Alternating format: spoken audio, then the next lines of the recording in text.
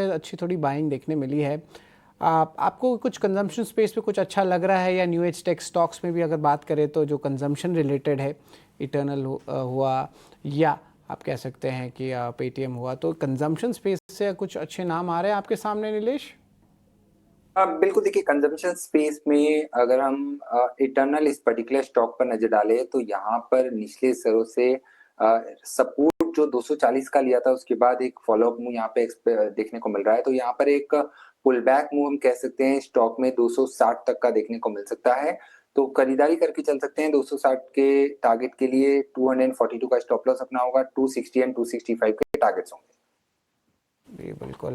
Eternal पे भी देखें तो डेज हाई के लेवल्स पे ऑलमोस्ट आ गया, 250 के ऊपर है। 240 का जो बहुत समय से जो स्टॉक मूव करता था, अब कंफर्टेबली उसके ऊपर आ गए। तो ऑफकोर्स नए लेवल्स पे भी नज़र रखिएगा।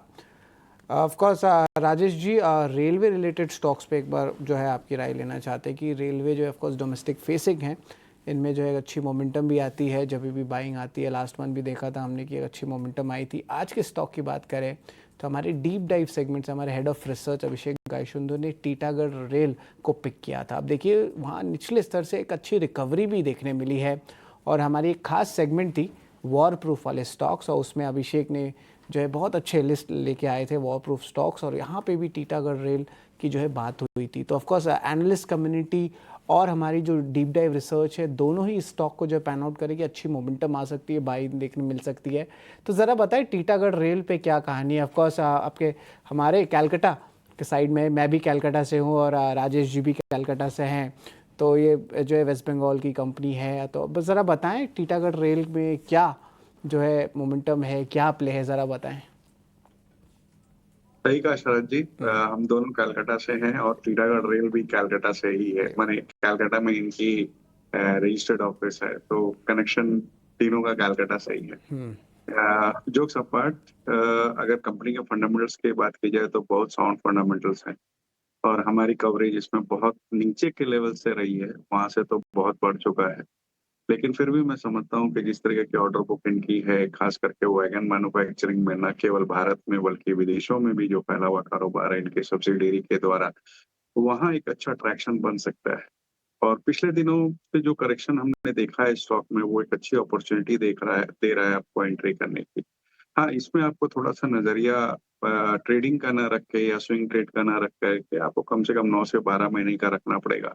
क्योंकि जैसे हम जब जानते हैं कि वैगन मैन्युफैक्चरिंग जो है एक समय लेता है, उसके बाद एग्जीक्यूशन होगा, फिर आगे डिलीवरी होगी, तो इसमें थोड़ा समय लगता है कि तुरंत नंबर्स में रिफ्लेक्ट नहीं होता है। लेकिन फिर भी ऑर्डर बुक को देखते हुए और खास करके इस बात के मद्देनज़र कि जो सरकार का रवैया है वैगन्स वगैरह को बढ़ाने का, कोचेस बढ़ाने का, तो वहाँ से मुझे लगता है कि यहाँ पे और भी नए ऑर्डर्स आने की उम्मीद बनती है। तो यहाँ बिल्कुल खरीदारी की सलाह रहेगी। नज़रिया थोड़ा-सा 9 से 12 महीने का रखना पड़ेगा, और मुझे आश्चर्य नहीं होगा कि मौजूदा स्तर से 15 से 20% की बढ़त हो जाए।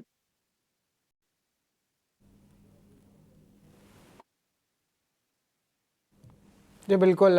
टीटागढ़ पे जो है लॉन्ग टर्म व्यू तो ऑफकोर्स पॉजिटिव मोमेंटम है। हरीश, ऑफकोर्स पेटीएम पे एक बार आते हैं। थोड़ी रिन्यूड इंटरेस्ट भी दिखती है कभी कभी स्टॉक पे। पेटीएम का एक स्क्रीन के चार्ट लेके आए एक बार, यहाँ पे क्या इंपॉर्टेंट लेवल्स दिखते हैं। यहाँ पे ऑफकोर्स देखिए तो एक रिकवरी तो डेज लो से आई है, अराउंड 870 टू 80 के लेवल्स में है। यहाँ पे चार्ट में थोड़ी स्ट्रेंथ दिख रही है हरीश, कि अभी कंसोलिडेशन ही फेज में पेटीएम रहने वाला है। शरद जी, पिछले हफ्ते में हमने एक ब्रेकडाउन दिया था चार्ट स्ट्रक्चर में। पेटीएम में देखा जाए तो पिछले हफ्ते के सेल ऑफ के बाद आज थोड़ा रिकवरी देखने मिल रहा है। पिछले हफ्ते ऑलमोस्ट 8.5% के आसपास डाउन था, तो आज के दिन में देखा जाए तो नीचे लेवल्स पे थोड़ा रिकवरी देखने मिल रहा है। लेकिन अभी भी क्लियरली की सपोर्ट्स के लेवल्स के आसपास है पेटीएम।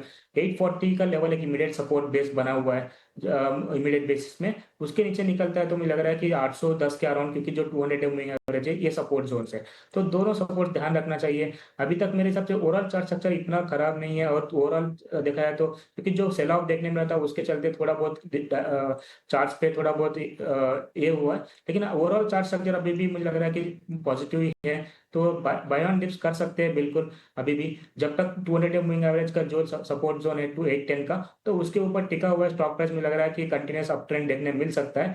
जो भी अभी डिप्स मिले हैं, मुझे लग रहा है कि बाइंग के लिए चांस अपॉर्चुनिटी देख सकते हैं करंट लेवल्स पे भी।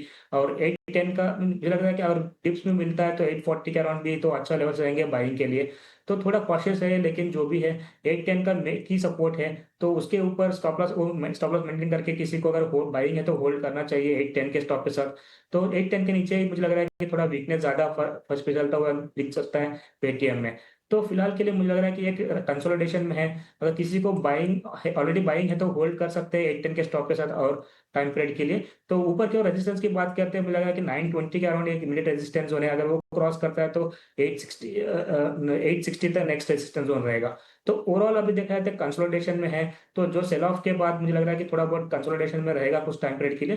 तो थोड़ा वेट करें फर्दर बाइंग के लिए, डिप्स के लिए वेट करें। तो 840 के अराउंड मिलता है तो मुझे लग रहा है कि बाइंग को कोशिश कर सकते हैं और 810 का स्टॉप लॉस मेंटेन करना चाहिए पेटीएम में। पेटीएम अगर होल्ड करे तो होल्ड करिए, नहीं तो बाय ऑन डिप्स की रणनीति रखें। लेकिन चलिए एक छोटा सा ब्रेक लेते हैं और ब्रेक के उस